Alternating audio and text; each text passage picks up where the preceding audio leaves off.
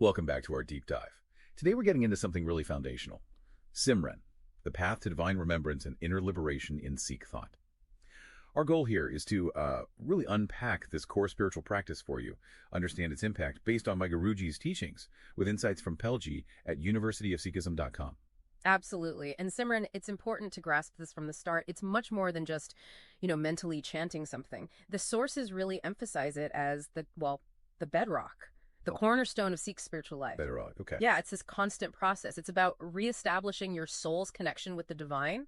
Think of it as an active, focused engagement all the time with the divine name, the name. The name, right. And also the divine qualities. So it's like tuning into God's essence and characteristics, both. Okay, so if Simran is this powerful connection tool, what's the big problem it's trying to solve? I mean, what's the basic human challenge here? Our sources point pretty clearly to Homai. That's ego, isn't it? That constant me-mind focus. Exactly, Homa. And Maya, which is like this materialistic illusion we get caught up in. Ah, Maya, right? These sound like pretty major roadblocks. They really are. That me-mind viewpoint, it completely distorts how you see reality. It makes you forget the creator. Getting the source. And at the same time, Maya is actively working on you, fostering this love for worldly things, pulling your spiritual energy away, so you get stuck in this loop. You forget the divine, and that just makes the ego stronger. It feeds itself. Precisely. If your mind isn't consciously pointed towards the divine, it just defaults to self-interest and materialism. It twists Simran's real purpose. And the teachings talk about the 5 Satans: lust, anger, greed, attachment, ego. These things trap us. 5 Satans, wow. Yeah, they keep us stuck in the cycle of transmigration, births and deaths. Over and over, it's like the sources use this powerful image. We have this priceless birth, this incredible human potential, but we trade it away for a worthless coin, chasing temporary stuff. That really puts things in perspective, doesn't it? Trading the priceless for the worthless. Wow.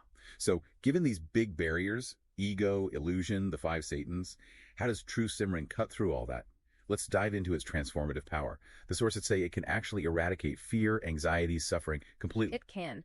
It's described beautifully, like the heart lotus blossoms radiantly. A blossoming heart lotus. Signifying total inner peace, fulfillment, and the fire of desire is totally quenched. No more burning desires pulling you around. Exactly. Consistent Simran, practiced correctly, it gets rid of that spiritual fever, that suffering, and brings this divine tranquility. Yeah. It tackles anxiety because you're keeping my Guruji's Shabad, the divine word, the wisdom in your mind, constantly. It becomes your anchor. So it's not just remembering words, but the wisdom behind them. Right. It builds equanimity. That lets you face pleasure and pain without getting totally thrown off balance. Real mental peace.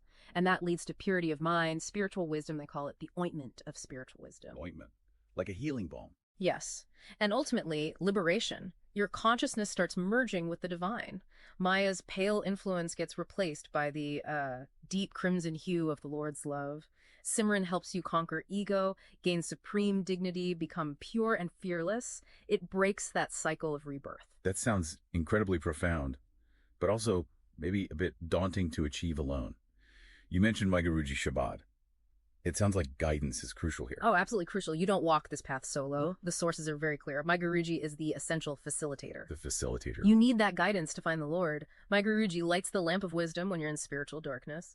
My Guruji gives you the ambrosial name called a priceless jewel. It's my Guruji's grace, Gur Parsad, that unlocks everything. It opens the gate of liberation. The gate of liberation through grace. There's a metaphor used. My Guruji is the only boat that can safely carry you across the terrifying world ocean. Wow, the only boat. Through that guidance, you shed the ego, find real peace. You start to perceive the Lord everywhere. And yes, end the cycle of rebirths. My Guruji turns the counterfeit into genuine. True devotion isn't really possible without that guidance. Okay, so it's a guided transformation. But how does this fit into, just everyday life? Is Simran only for monks or specific times? The sources mention continuous remembrance, Sa Simran. What does that look like practically? It means it's basically an always-on state. It's not just for your meditation cushion or a specific hour. Always on, not compartmentalized. Right. My Guruji's instruction is clear. Meditate on that God 24 hours a day. And remember him in meditation day and night with every breath and every morsel of food. With every breath. Yeah. Every bite. Yes. That constant engagement woven into the fabric of your entire life. That's the key to lasting eternal peace according to these teachings. So as we wrap up, here's something for you, the listener, to maybe think about.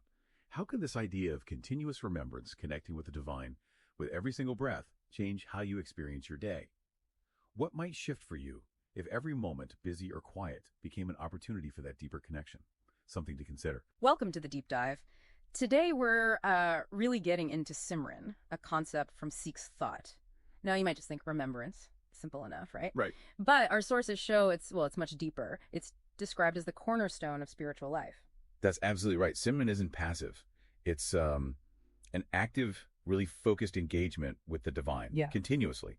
Its whole point, really, is to reconnect the soul with its source, with the creator. Hmm. So our mission today is to, unpack what Simran truly is. Yeah. What problems does it solve? How does it transform us? And crucially, how do you actually do it? We're drawing all this straight from our source materials. Okay, let's unpack this then. If Simran is the solution, what's the fundamental human issue it's addressing? Why do we need this constant remembering? What are we forgetting? Well, Sikh thought identifies two really powerful forces at play inside us. There's Halmai, that's ego, the me, mine feeling. Yeah, that sense of self. Exactly. And then there's Maya, this powerful illusion of the material world being the ultimate reality.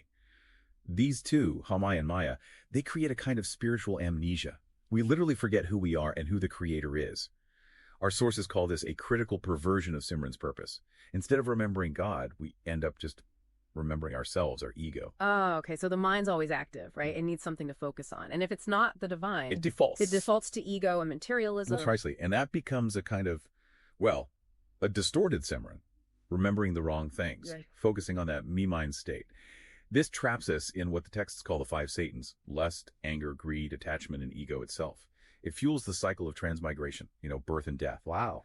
Yeah, it's vividly put as wasting a priceless birth for worthless coin. Yeah. For worthless coin.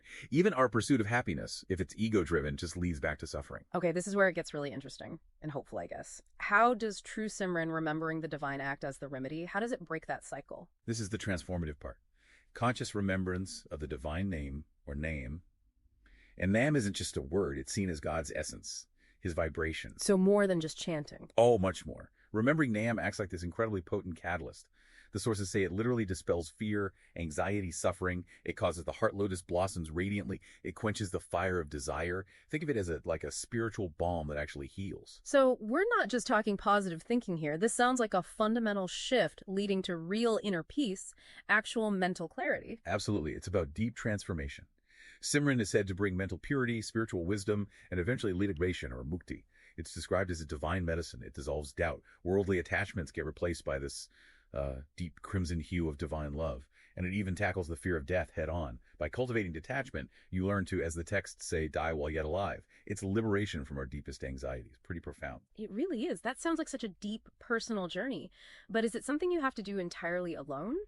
Or is guidance needed for something this significant? That's a key point. Yeah. Sources are very clear. The guru's role is absolutely indispensable. You don't walk this path alone. The guru is the divine guide. They bestow the name, that connection, and they light the lamp of the guru's wisdom to cut through the spiritual darkness. So Guru's Grace Guru Parsad, that's essential. Fundamental. Absolutely fundamental. Guru Parsad is described as the only boat that can get you across the terrifying world ocean. It's the guru, through the word, who transforms the counterfeit into genuine, helps you shed that ego, find peace, and ultimately realize the divine right within yourself. Grace makes the remembering stick, basically. Okay, this is all incredibly powerful conceptually, but what does it actually look like in practice? How do we take this idea of Simran and weave it into our, busy everyday lives? And this is maybe the most revolutionary part. Simran isn't meant just for monks or specific times of prayer. It's designed for everyone, integrated into everything you do.